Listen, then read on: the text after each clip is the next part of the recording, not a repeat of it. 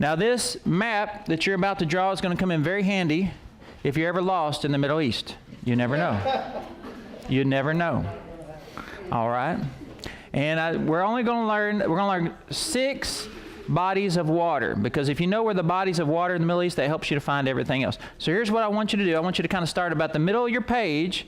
Now don't do anything until you see me do it, so you can plan ahead a little bit, okay?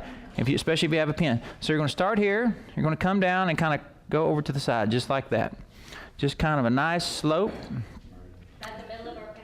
About the middle of the page. This is kind of like mine. If your page, I know yours is probably, if you're using it portrait style, it'll be a little bit more narrow than it looks up here on the board. All right, everybody got that? So this is our first body of water. This is the Mediterranean Sea. It's like Terran, and then Mediterranean. It's E-A-N, I believe. The Mediterranean Sea. So this is water. This is going to be land, except for where we'll put other bodies of water. Okay, now down here, about right here, you're going to draw a little chicken foot like this. Maybe 3. There's a lot more than that in real life, but that'll give you the idea. Those are tributaries, and who can guess what river that is? The Nile River. That is the Nile River. Now, the Nile River is in which country, both ancient and modern day? It's in Egypt. That's exactly right. So we have the Nile River. Now we're going to draw 2 bodies of water that we talk about a lot in the New Testament, but this scale is going to show you about how big they are. So you're just going to come up a little bit here, move over a little bit, and just draw a little circle. Just a little, not very big at all, a little tiny circle.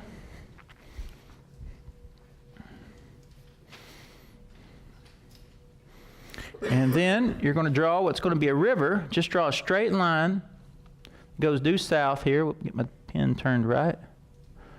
Goes due south, about that far. And then you're going to draw an oblong body of water like this. Okay, so that's 3 things. Now we're going to label those. You can draw you an arrow to that first little circle you drew. And who can guess what that is? It's another sea. It's the Sea of Galilee, or the Galilean Sea. Sea of Galilee. And the bottom oblong is the lowest place on earth. It is the Dead Sea. So you can draw you another arrow however you have space on your thing. I'm going to do it like this. I'm going to write Dead Sea. Okay, and then the line that connects the two is a river, a very famous river. What river flows out of the Sea of Galilee and into the Dead Sea? The Jordan River. That's exactly right. So I'm going to draw another arrow here. And I'm going to say Jordan River. Okay, now here's the next part that we're going to do. And I'm going to look at my reference here so I can get myself on track. So I want you to start about, just wait till I finish before you start. So we're going to draw the southern shore of this next body of water. Kind of goes just like this. Kind of travels south and east. Then it has a neck like this. Then there's a little peninsula that comes up like this and down. And then it goes on out the picture. Who can guess what that is? That is the Red Sea. The Red Sea. 1, 2, 3, 4, 5, 6. I promised you 6 bodies of water, didn't I? So if you get dropped off in the middle of the Middle East, you have your map with you, you might find your way out. Okay, so next week, what I'm going to do is next week I'm going to draw up a blank page, and it's going to look very similar to this, but I'm going to do it, and you're going to have it over here, and you can put it in your book, and it's going to be a map that looks very close to this, a little bit better to scale, and I'm just going to have blank lines. In the first few minutes of the next time we meet, I'm going to give every moment of silence. We're going to just, on the honor system, no cheating, right? I'm going to let you fill out that map, and then we'll see how well you do. And we'll add cities and mountains and things like that as we go. But that's where we're going to start with the bodies of water in the Middle East. Page 10. This is our 3rd lesson. And we're looking at the 2nd book that is in our Old Testament library. Now, what is the first book that we looked at last time? The book of Genesis. Now we have Genesis, and this is Exodus. And we talked about the first 5 books in the Old Testament are named for the contents that they have in them. And the names, however, are in what language? Does anyone remember? The Greek language. The Greek language. And so Genesis is the Greek word for what? Beginnings or origins. Like you think of genealogy, that's the same word. That Genesis is at the beginning, means the beginnings. And the second is Exodus. And that one's really easy to remember because we have a sign above that door over there. And what does it say? Exit. That's the easiest way to remember it. Exodus simply means the departure or the exit of God's people. And the key word that we see, that you see in the bottom of that first paragraph, is redemption. Redemption simply means to be set free. And there's no question, as it says here, that Moses is the author of the book. We talked about the first 5 books that we have here, and the first 5 books of our library are called the Law. They're also called the books of Moses because he is agreed upon as the author of all of those books. And then you come down here in the first of Exodus. And we're going to see, because when we left the book of Genesis, the end of Genesis, there were 12 brothers. And what was the 12 brothers' names? I'm excuse me, not their names, their fathers' names. Not going to be that hard on you. Jacob, whose name had been changed to Israel. Israel means the one who struggles with God, had 12 sons. Those sons would become the 12 tribes. And then the second to youngest son takes up about 20% of the book of Genesis about his life. What is the second to youngest son of Israel? Joseph. That's exactly right. So Joseph had gone to Israel. His family at the end of the book of Genesis joins him there. And so we see in Exodus 1:5 exactly how many people were there. I'm going to read the passage, and then I'll give you the answer up here in just a second. It says, all the descendants of Jacob were 70 persons, and Joseph was already in Egypt. So we see in the beginning there are 70 people. And then we read in Exodus 12:37, at the end of 400 years, it says, and the people of Israel journeyed from Ramses to Succoth, about 600,000 men on foot, besides women and children. So 70 people had become a nation of well over 1 million, 2 million, no one knows, but a big group of people. They were very fruitful when they were there. They were very fruitful when they were there.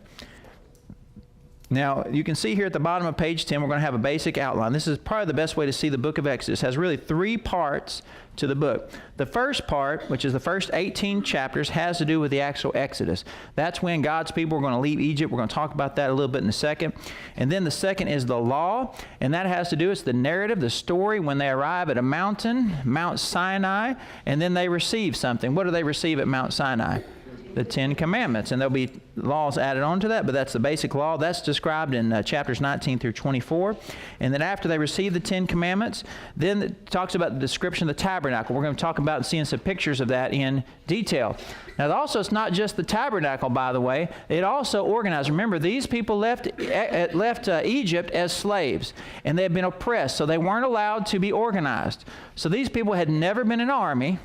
They'd never done anything except make bricks and maybe be herders or anything like that. They had no idea how to be a nation of people and how to be run and how to be organized. So it's not just about the tabernacle, but you also, we're not going to talk about this tonight, God had them live in a certain order. He turned them from this ragtag, disorganized band of slaves. By the time they enter into the promised land, they're probably going to be the most organized country or nation of people in the world. They're going to become a highly organized society, and God's going to use the law, and the tabernacle was at the center of that. All right, bottom of page 10. Now we're going to look at each of those 3 sections a little bit in detail. If you have your Bible with you, just turn to Exodus, the first chapter. The first chapter of Exodus. There's a very important transition statement there from Genesis to Exodus. It's the first chapter of Exodus, verse 8. We talked about that the sons of Israel had all arrived. And now Joseph, though, at that time, when Joseph was a part of the government, so the people were treated very well. The Pharaoh had respected him, made him prime minister, so they arrived on very good terms. As a matter of fact, the Pharaoh said, I'm going to put you in the best land. Maybe has to do with why they prospered so much. And they got very special treatment. But then we read in verse 8 of the first chapter of Exodus that something happens. it says, "Now a new king arose over Egypt, who did not know" who? Did not know Joseph. Did not know who Joseph was. And so he said to his people, this Egyptian king or Pharaoh, "Behold, the people, the sons of Israel, are more and mightier than we. Come, let us deal wisely with them, or else they will multiply. In the event of a war, they will also join themselves to those who hate us and fight against us and depart from the land." So this is the transition statement from Genesis to Exodus, where they've gone from becoming this people of honor that are respected in Egypt. Now they're being treated as slaves and becoming oppressed. And then we see something even more sad later on that's going to show us the birth of Moses. He was so worried about the growth of the people that you'll see here, he ordered the midwives to kill all Hebrew male babies. Now think about that for a second. Remember we said there were how many of them? 1 to 2 million people. So we don't know how many, but that's a lot of babies. So these midwives were commanded when you go and they give birth, if you find it's a male baby, you're to kill the baby. And how did you remember? Who remembers how they were supposed to kill him? Throw him somewhere. Throw him into the Nile River. And you know what lives in the Nile River? Crocodiles live there in the Nile River. That's exactly right. So we see here that Satan had already gone to work to destroy the human race. We see that over and over again. Now turn to page 11. So God's going to do what he's going to do over and over as we see through the Old Testament. He's going to raise up a deliverer. So you can imagine how frustrated, depressed a lot of the Hebrew people were. They were here. They were being treated as slaves. They were being oppressed. And now all of their male children were condemned to death. And it's been 400 years that has elapsed that they've been living in Egypt. And so we see that there's a mother that has a baby named Moses. And does she throw him in the river? She finds a loophole, right? She does, kind of, doesn't she? Does she find a loophole? What does she do? People are great at finding loopholes. She threw him in the river, but what did she do? She put him in a basket before she did it. And then she set him among the reeds that were there, and then his sister would watch over him while he was there. And then, of course, you'll remember the story. The princess of Egypt comes. She comes there to go bathing in the river, and I guess her attendants maybe were checking out, making sure there weren't crocodiles, and she sees something over in the reeds. She pulls it up, and it was a beautiful baby that cried, and it won her heart, and she adopted this Hebrew baby. And then she hired someone to be its caretaker, its midwife. And who did he hire? His mother. That's exactly right. And then Moses lived and was given, so this is an important part of the story. Why God did this? Because Moses, remember the Egyptian people, all of them were not allowed to be educated. They were not allowed any way that they could possibly cause problems among the Egypt. So Moses, not only, why is it important that he's raised in the royal family? He received the best education of the day. He understood how the government, all these things work, how things were organized. And we know when we look at his age, we're going to look at this in just a second, how old he was. For the first 40 years of his life, he lived there in this this life of ease where he was given the best education, every advantage in life. Now, how do we know he was 40? Because it doesn't say, but we're going to do a little math. We do know that Moses died, we know, when he was 120 years old. He was 120 years old when he died. We also know how long did they wander in the wilderness? It was round about right at 40 years. And then we read in Acts that he lived in Midian for 40 years. All right, so let's do a little math. Who can do that subtraction right there? 120 minus 40 minus 40, so 40. So we know he was in Egypt for 40 years. He was in Midian, or Midia, for 40 years where he got married. And then something fascinating happens at the end of his time in Midia. He's out Mount Sinai, and he sees something very, very strange. What did he see that was very strange that caused attention?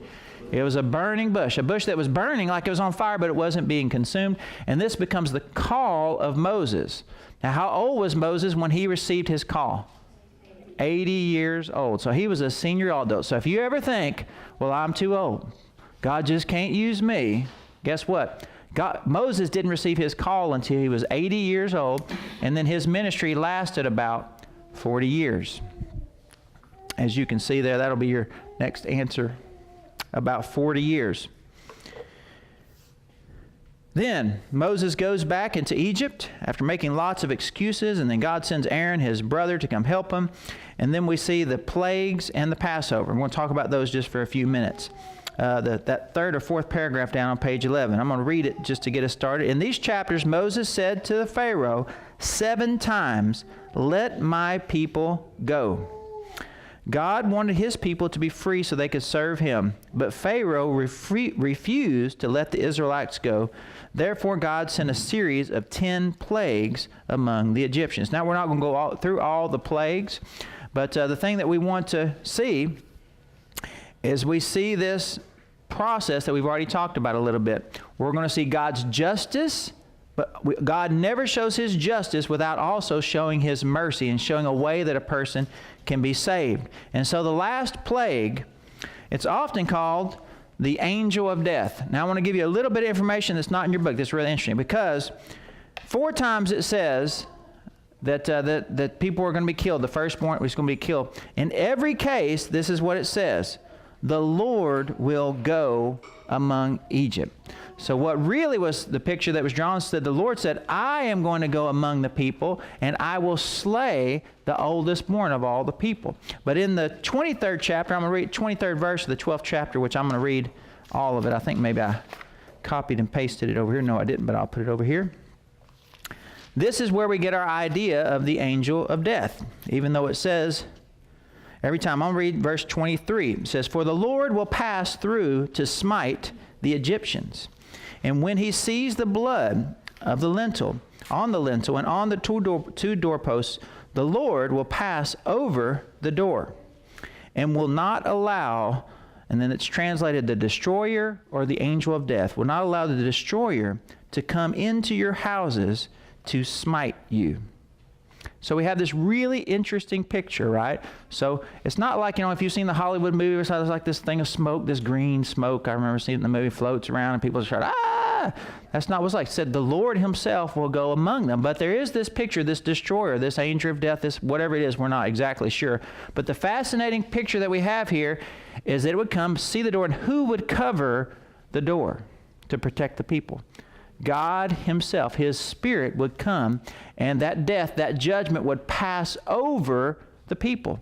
So by the blood of this spotless lamb, which covered the entryway to the house, God would see those people have been obedient. They would see the blood of this lamb, this sacrificial, spotless lamb, and then the judgment of God would pass over the people who were covered by the blood of the Passover lamb. Now this is very important, as we're going to see later on in the New Testament. So that is the Passover. After they crossed through the Red Sea, God parted the water, they crossed through the sea, the Egyptian army was destroyed. They get to the other side, and immediately what can they not find? Water. Can you imagine what people are saying? God, you delivered us from that place, and you led us through the sea to the other side, and didn't you know it's a desert on this side? We can't even find any water. So they had already began to question and begin to moan and groan. My favorite adjective that's used in the Hebrew and the Old Testament Bible is that they were a stiff-necked people. Now, how many of you have ridden horses very much? All right, what does it mean when they use that phrase, a stiff-necked people? If a horse, now what does a horse have to do to turn?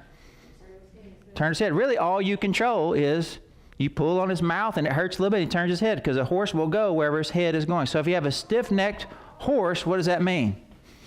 It means you try to do anything, but he's just stubborn. And I had my neighbor's horse like that. He would run right for a low-hanging branch that was the exact same height as his backbone. And so you would learn very quickly when to jump off that dude if he wouldn't stop. But they were stubborn, they were stiff-necked people, even after they were freed. And they were totally unorganized. And so that brings us to the second part. You'll see the bottom part of page 11. God brings them to this mountain, to Mount Sinai, the same mountain where Moses had seen the burning bush. And let's see, why did God bring them to this mountain? I'll put the suggested answer up here, and I'm going to read the full passage. This is the suggested answer for why did God save them. Says this in Exodus 19, verses 3 through 6. While Moses went up to God, the Lord, and now, by the way, Lord is in all caps. So if Lord is in all caps, Which name of God is it that we learned last week? Jehovah, right? Jehovah, Yahweh or Jehovah. So went up, and the Lord called to him out of the mountain and said, Thus you shall say to the house of Jacob, and tell the people of Israel, You yourselves have seen what I did to the Egyptians, and how I bore you on eagle's wings and brought you to myself. Now therefore, here's the part we want to listen to. If you will indeed obey my voice and my covenant, you shall be my treasured possession among all peoples. For all the earth is mine, and you shall be to me a kingdom of priests and a holy nation. These are the words that you shall speak to the people of Israel. So we see there, why did God save them? To become his chosen people, to be a nation of priests. And as we saw earlier, a priest and nation that is going to be a blessing to every nation on earth. Then we see in Exodus 20, God gives what we call the 10 Commandments. Now later on, Jesus is going to be asked a question by some religious teachers. He's going to be asked, what is the most important commandment? And Jesus blows them away with an answer. He says that in these 2 commandments, he's going to give 2 commandments, all of the law, and we're going to see a lot of law in Leviticus, all of the law and all the prophets can be fulfilled. Or they all hinge on this. Now what are those 2? Let's see if we can figure out. What are the 2 commandments Jesus said? Love God with all your heart, your soul, your might, and your strength. And the second one is like it. Love your neighbor as yourself. And this is very important in our day and age, because what our culture is saying today is we love number 2, but we don't want to do number 1. There's a big problem with that from a rational standpoint. If you don't have number 1, there is no foundation for number 2. Because the only reason that we love other people, we talked about last week, built in Genesis, is because God's image is on those people. And if you say there is no God, there is no image of God, people aren't really special, we're just animals, then if you follow that reasoning down, what is the reasoning? There really is no such thing as right and wrong. We just get together as people and we just make it up. If there's 51% and they vote it right into democracy, then guess what? That makes it right. This the golden rule. What's the golden rule that's not in the Bible? He who has the gold makes the rules. You see, that's where if you take out number 1, number 2 can't exist. It can't work. You have to have number 1 if you're going to have number 2. Otherwise, whoever has the most power, whoever has the most money, whoever has the biggest guns, they will make the rules and they will decide what is right and what is wrong. And so Jesus said, he started with number 1, love the Lord your God. And the second one is like it or built upon it, to love your neighbor as yourself. And then he told a story. They asked, who's the neighbor? And what story did he tell? The good something. The Good Samaritan story, which illustrated that even your enemies are your neighbors. Anyone in need that you come into contact with is your neighbor. So God has given us the 10 commandments, the 10 law. They were organizing structure for their society. But what was the purpose of the law? And I'm going to put Galatians 3:19. I'll put this up here, and I'm going to read the entire text from Genesis 3:19. This is very important. The purpose of the law.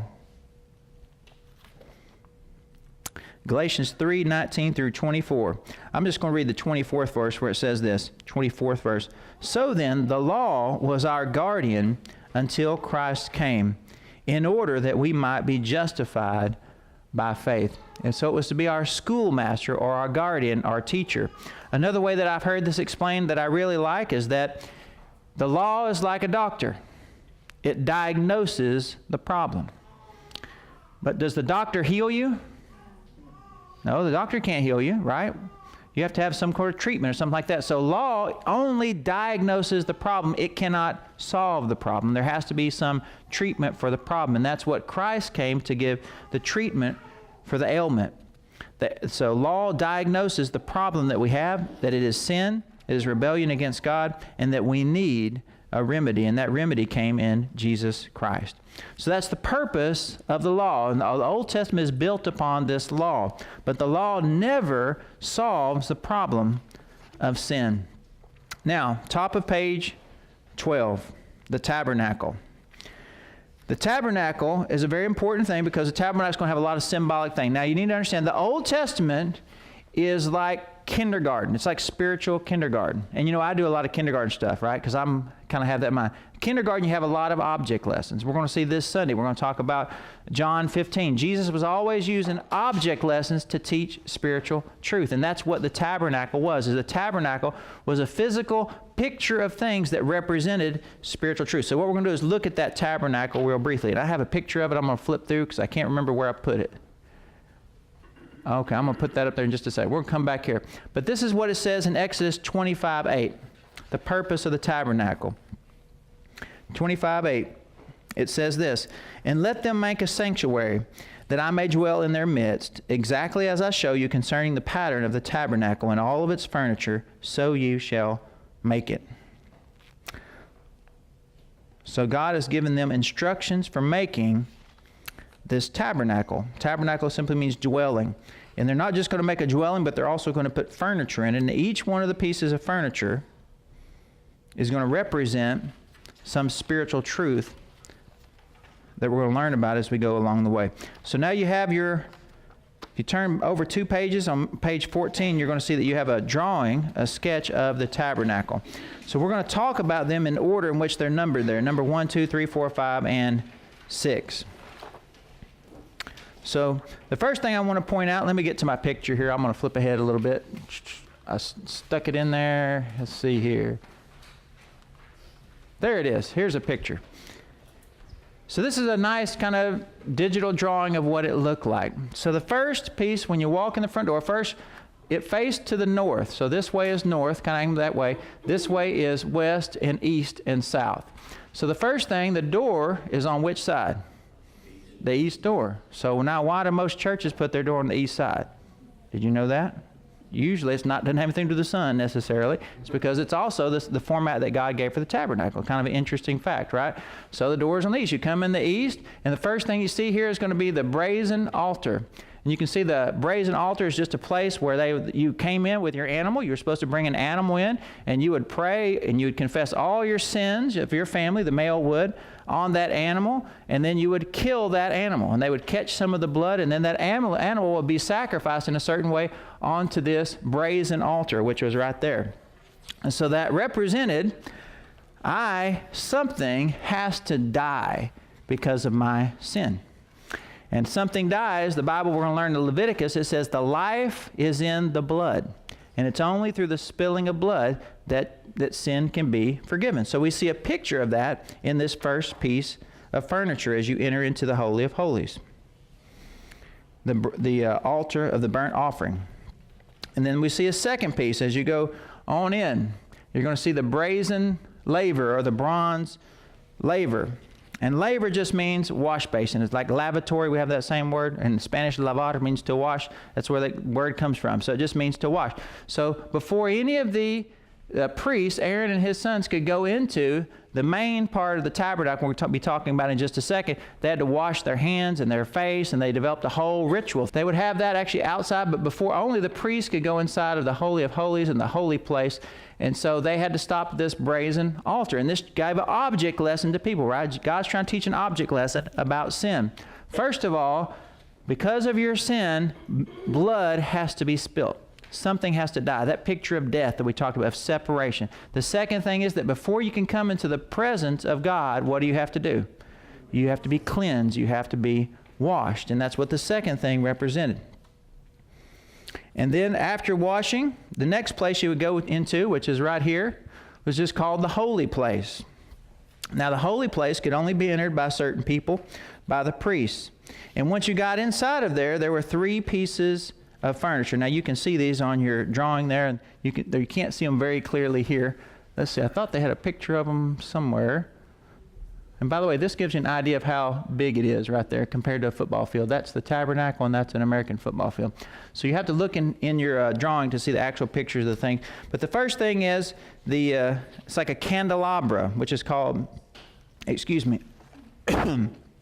Inside the holy place was the golden lampstand, which is like a candelabra that you may have seen at a wedding or something. All these things have a lot of lights or candles on it. The simple thing for that is just provided light. So when the priest went inside, that's all covered. It was dark. There's no electricity. So the candles would just light up the place. But they were made, this lampstand was made out of pure gold.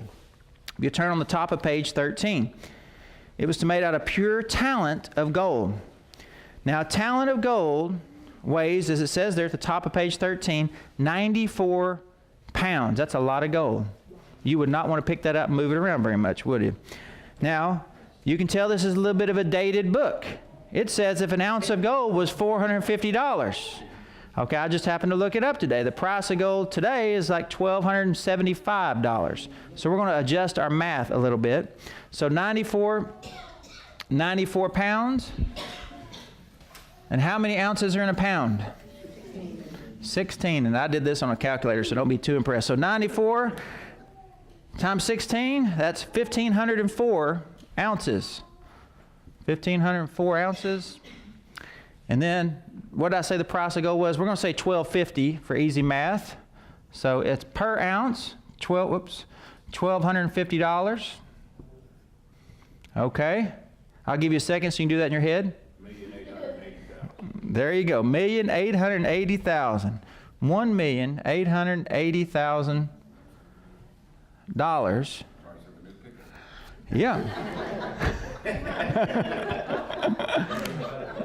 It seems that way. It doesn't, like the price of a new pickup. That was an expensive lampstand. That's just the lampstand that was put there. Now, where did they get the gold for that? They collected it from all the peoples, from the sacrifice of the people, where they all gave some gold to build this lampstand. And then on the north walls, you can see on your picture, it's called the table of showbread. Now, it was made of wood, and then it was overlaid with gold. And it was about, it says a little over 2 feet high and about 3 feet long, about 18 inches wide. And then there was to be put 12 small loaves of bread. One represented each one of the tribes. And this food was not for God to eat, but it was a symbolic reminder, as we're talking about, this is all symbolic. It's spiritual realities symbolized through physical objects. The food was simply to show that each of the 12 tribes was dependent on God for their sustenance. And now this was made very apparent to them because what was being delivered every day in the wilderness? The manna. So what was this bread made out of? Manna. This bread was made out of the manna that they were receiving every morning. There were no wheat or barley crops out there in the middle of the desert. So that's a symbolic picture of their dependence, their daily dependence on God. Now, the last piece of furniture was in this holy place, was called the altar of incense. Now, we have incense. You know, other places and religions using that. Incense is just smoke is what it is, and they burn different things. But incense in the Bible always was a symbolic picture of the prayers of people. So they would have this burning incense, which was like smoke that would be coming up. That's what this smoke that you see right there coming up, that's a picture. And it just helped to remind the people of the prayers of God's people as they ascended into heaven. And they would take things that smelled really, really good, because the symbolic thing was God, the prayers of God's people, He enjoys, He appreciates. He appreciates and loves the prayers of His people. So this burning incense represents the prayers of His people. And then finally, we have the last section, but it's separated from a curtain. Now you can see this on your picture there. That dotted line represents a veil. Now this last, smallest part, you can see right here, they only have part of it, that number 3. It covered the whole thing, and inside was called the Holy of Holies. Now inside the Holy of Holies, only one person could go in there one day of the year. That was the chief priest. And separate was this huge veil that was very heavy, that separated. And it's, again, a symbol, a picture of the holiness of God, that we can't even really enter into the presence of God. Before that, chief priest could go in there one day for a special service, and there was one piece of furniture in the Holy of Holies. Who knows what that was? We have one left. The Ark of the Covenant. The Ark of the Covenant. But this veil, which separated the Holy of Holies, it represented the separation, the holiness between God and man. Something happened to it at the crucifixion of Jesus in Matthew 27:15. And I may have to go back to show that. No, I don't. Here we go. It's on ahead. what happened to that veil during the crucifixion of Jesus? I'll read the full passage here. It says, "And behold, the curtain of the temple was torn in two from top to bottom, and the earth shook, and the rocks were split." So again, we have that, remember, that old symbol of the separation of God was torn in two at the crucifixion of Jesus Christ. Now, what three things were inside of the Ark of the Covenant? There were three things. I'm just going to put them up here for time's sake. There were the Ten Commandments, the two. Now, it had to be the second set. It couldn't be the first set. Why couldn't it be the first set?